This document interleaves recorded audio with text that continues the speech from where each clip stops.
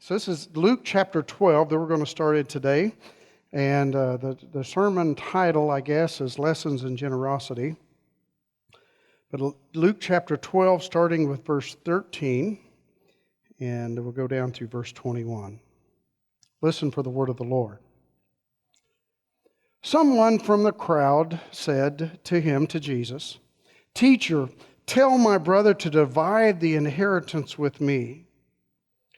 And Jesus said to him, "Man, who appointed me as judge or referee between you and your brother?"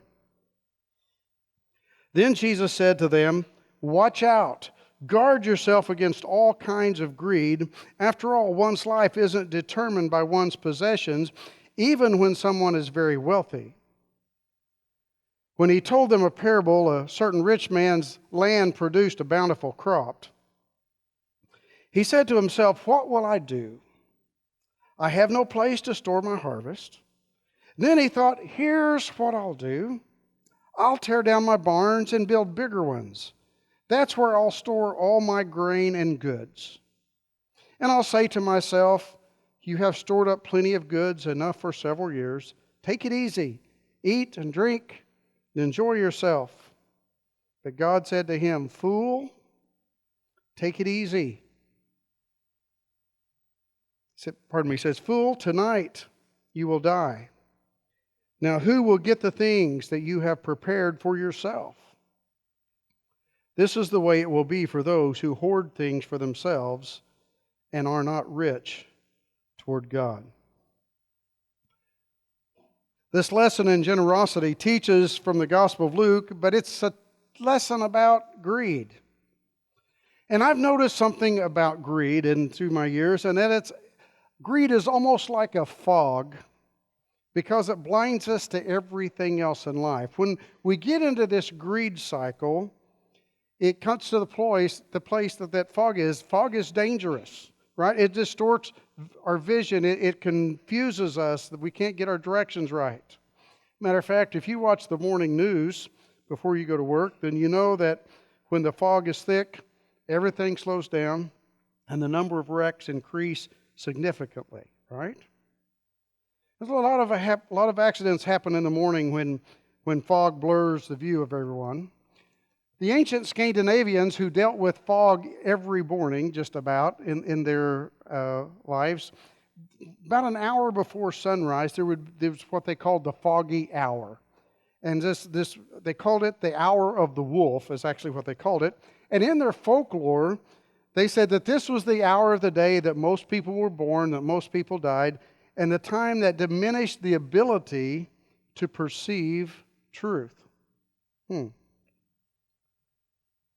But even worse than fog, just because it's just the eyes, is greed. And it takes our focus and moves our focus and redirects us and gets our focus off of God. And it gets us our focus toward the bigger barns that's mentioned in today's lesson from Jesus. Now, some assume that money, fame, getting ahead, popularity, those things will make them happy, and so they just really go after that. And then once they get what they want, then they figure they can kick back and say, "Self, you need nothing. You did it all yourself." And I think that's the spiritual fog of greed. But there are a couple of things that I think this story in Luke explains to us about greed. And so I want to share the things that I see in this passage. And that is, first off, the story that is told here is greed wants God to fix other people. Have you ever wanted God to fix other people? They need some help, The text shows this young man comes to Jesus and says, "Make my brother give me my half of our father's money. Make him divide it. Give me my part. Give me half." Well, actually, when Jesus heard this in the story, he didn't take the bait, nor did he fix his brother. It's easy to want God to fix somebody else, right? We see the issues they have. They need fixed if they don't agree with us. And so we see that a lot. But I want you to listen to what Jesus said. He said, "I'm not the court system. I'm a teacher. And as a teacher, I'm going to tell you what's important, and it's this. I tell you that you need to be on guard because life is more than the abundance of possessions. Life is more than just having a lot of stuff. Now Jesus used the word possessions, which actually in the original language means land. Jesus probably knew that the man's inheritance was a farmland, and he didn't get as much as he wanted. He didn't win the lottery of being the firstborn in the family, so he got 2/3 instead of 1/3, and he was really mad about it, and so he's in this fog of greed, and all he can see is how he's being duped and how his brother is getting everything and he's getting nothing, and so he's mad about it. You know, it's easy to quickly criticize this young man, but most of us probably understand him because there are some things in our own lives that is hard to relinquish control of to God, right? Some things it's hard to handle God. Now, some things we do really well with, right? There are some issues that we've learned through our lives. We just kind of turn some things over to God and we just let God have them, and our lives are better and we understand that, and so those things. But some things we kind of hold on to, and we don't quite hand them to God. And and yet Jesus prayed, even with his very life, he said, "Not my will, but yours be done." So Luke actually contrasts this man and Jesus. That's what's happening in Luke. This man would not pray, "Your will be done." He's saying, "Give me my fair share or else." That's what he's saying. Actually, greed compelled him to ask Jesus to fix his brother because he couldn't see through the fog of his own greed. I think when we come to these own issues or these issues in our own lives, there are two prayers that we can pray. When we come to this fog of greed and all this stuff, I think we can pray, "God, fix them so I can get what I deserve." I wish somebody would, that watches TV quite a bit, would just have a counter on them and tell me how many times in commercials during the week they hear the word, "Get what you deserve." Yeah, that's the number one thing. So if anybody just feels really led to do that, it'd be fun. But the first prayer is, "God, fix them so I can get what I deserve." And if I get what I deserve, then I'm sure I will be at peace and life will be good and I can live harmoniously with everybody. That's one prayer. Or we can also pray, "God, fix me so my expectations won't control how I live with others, so that I can still love others and have peace in myself, even though others may have more or less than me." But here's the thing, greed did not blind Jesus. He doesn't, and greed doesn't have to blind us if we will follow Jesus. I think this is the reason we're talking about it today, is this lesson shows us that greed will blind us. And it shows us how greed wants everyone else and everything else to change to fit me. So the second lesson that I see in this passage is the lesson also shows us how greed demands more than its share, right? The younger brother wanted more than his inheritance. In the first century, in the time of Jesus, what's happening is families divided an estate according to birth order. The oldest son inherited 2/3 of the father's land and money, whatever was there. And then also, with that, the oldest son inherited the pressures and the responsibility for all the family for becoming the patriarch. If family got in trouble, you had to bail them out. There were the court systems. They didn't have all these things. Didn't know bail bondsmen. You had to help your family the rest of your life. And so that was part of the reason you got extra money. And then the second son would get at most 1/3 of the land and the money. So that was kind of how they divided up, because there was less responsibilities for the younger men. But this man, he tried to get more. He wants more, but somehow he can't finagle his way into the deal. And so the one predictable thing that you can expect from greed is this: he tattled. He tattled. You remember growing up and your sibling had something you wanted and you thought they had it too long and maybe there was something you're supposed to share and they had it more than you did and you just ran and tattled every time? That's what he does. He did the one predictable thing, he tattled. He ran to the rabbi, the teacher, and he says, Jesus, make my brother cooperate with my desires for what I want. And you know what? And actually, in this day, some of the rabbis would actually offer their advice in the civil disputes. They couldn't settle them, but they could offer advice. But that's not what Jesus did. Jesus turns the tables and he says, stop making me your family therapist or your court system. And then basically what he says is this: you have a spiritual problem at hand, not a civil lawsuit to settle. Wow. Jesus sees it as a spiritual problem. So in my words, as I'm thinking this through, I'm thinking this: the unrelenting necessity for control of and for stuff caught this man in a thick fog, and he just couldn't see what was going on around him. Now let me stop for a second and allow me to say this. I do not think that the gospel is advocating poverty or destitution in any way, shape, or form.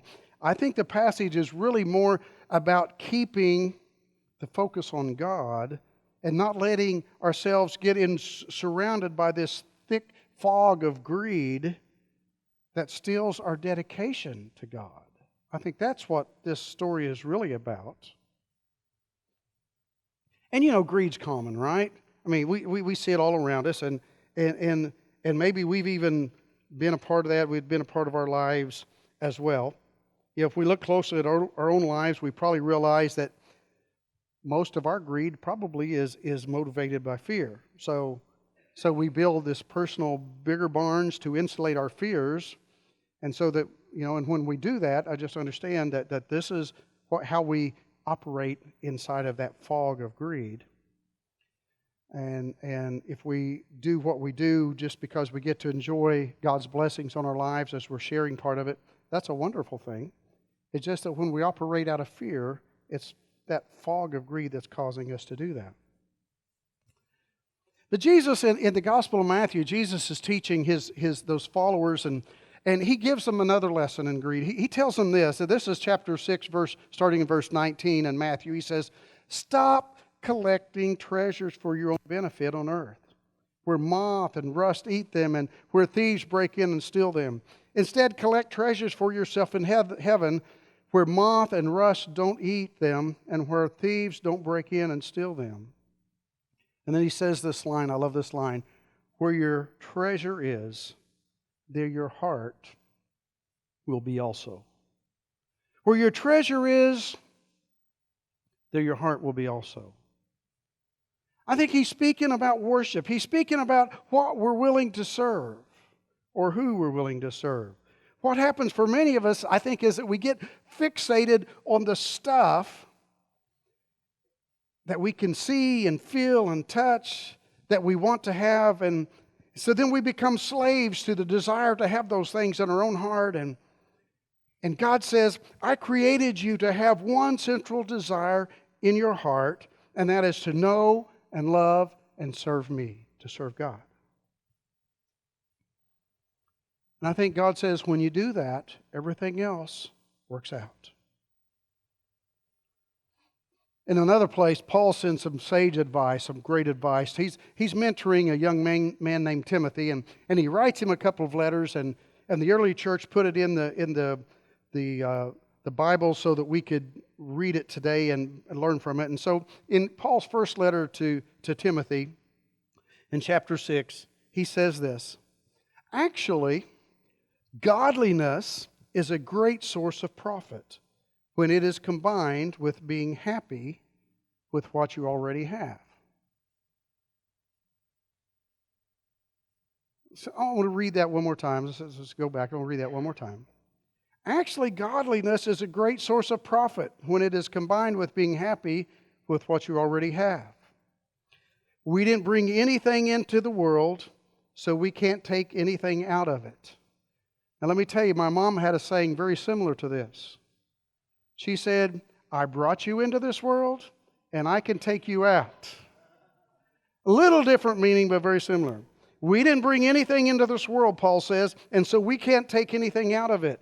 We'll be happy with food and clothing. But people who are trying to get rich fall into temptation. They are trapped by many stupid and harmful passions that plunge people into ruin and destruction. And then he goes on to say the love of money is the root of all kinds of evil. Some have wandered away from the faith, and they have impaled themselves. Hear that? Impaled themselves with a lot of pain because they've made money their goal.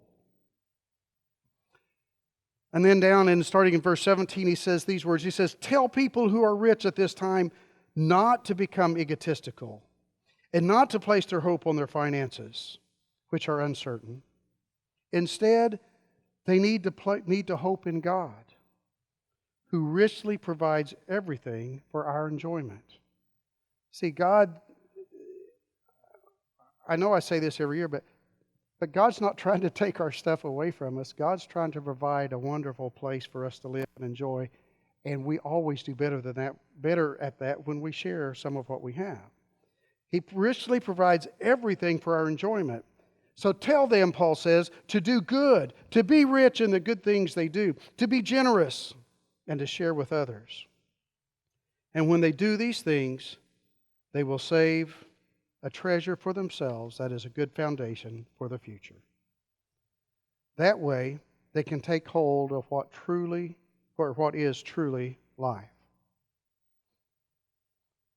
Now, we can be overcome with many kinds of pain as a result of not learning the importance of contentment and remembering the true desire of the true desire of our heart is God rather than the material stuff that we own. So what do we do next? What do we do with that? Well, understand money's not a bad thing. You know, God never condemned money. Abraham was wealthy, Isaac was wealthy, Jacob was wealthy, David, Solomon, Esther, all these people had wealth and God used them. There's nothing wrong with that. So don't misunderstand what we're trying to say or what Scripture is saying here. There were a number of great men and women in Scripture who were well off financially, so money isn't a bad thing. You know very well that money is amoral, right? Neither good nor bad. It's us who chooses to use money in the way we use it, who are good or evil. You know, it's us worshiping it, that's a bad thing. That's when it gets us. That's when we get into that fog. One person said this, and if you didn't get anything else today, this is the thing I really want you to get, is this. One person said this, money is either our God, the one we worship, in our minds, or it's God's tools in our hands. So I'll repeat it. Money is either our God in our minds, or it is God's tool in our hands. And then the person who wrote this said this as a close on that. He said, it all depends on whose money we think it is.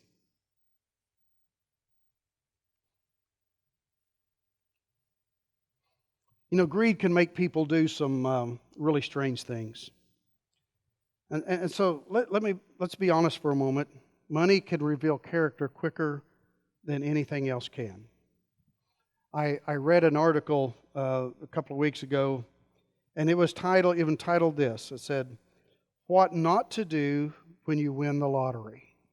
What not to do when you win the lottery. And it could have easily been titled, "The Rich Man Who Died," right? It could have been easily the title for the story that we read from Luke today, which could be said this way: when greed makes you stupid.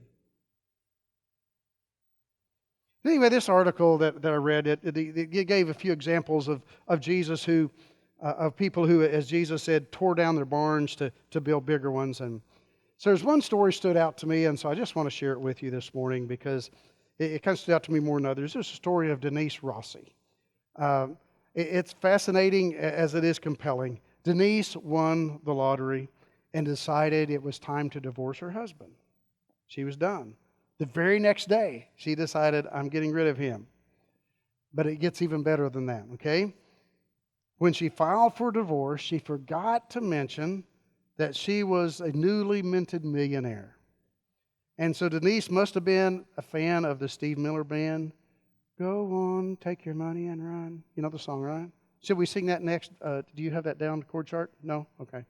Go on, take your money. Well, all right. Well, and so she ran, but she ran straight to the courthouse, and she almost got away with it too. She really did. But then there are these obnoxious asset disclosure laws that come up, and they interrupted her relocation to the islands in her private jet.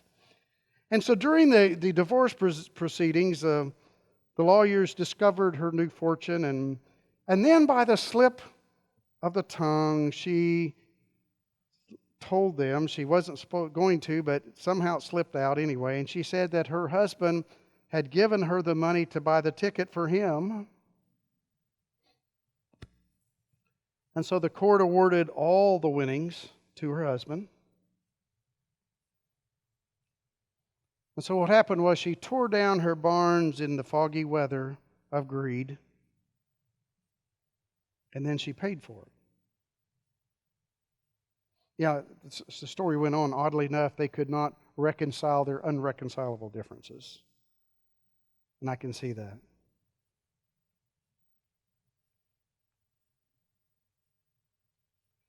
We know very well that money is amoral. It's not either good nor bad. It's us who chooses to use money in the way we use it who are good or evil. It's us worshiping it that's a bad thing. Let me repeat the line again. Money is either our God in our minds or it's God's tool in our hands. It depends on whose money we think it is. Would you pray with me?